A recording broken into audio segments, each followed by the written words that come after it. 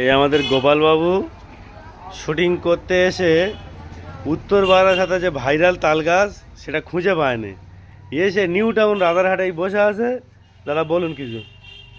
তাহলে আমরা শুটিং করতে হবে, বুট শুট পরে এসেছি। হ্যাঁ, বুট পরে এসে জুতো খুলে দিয়েছে সকাল থেকে। ট্রেন থেকে নেমে একটা জায়গায় বসে আছি রাজারহাটে।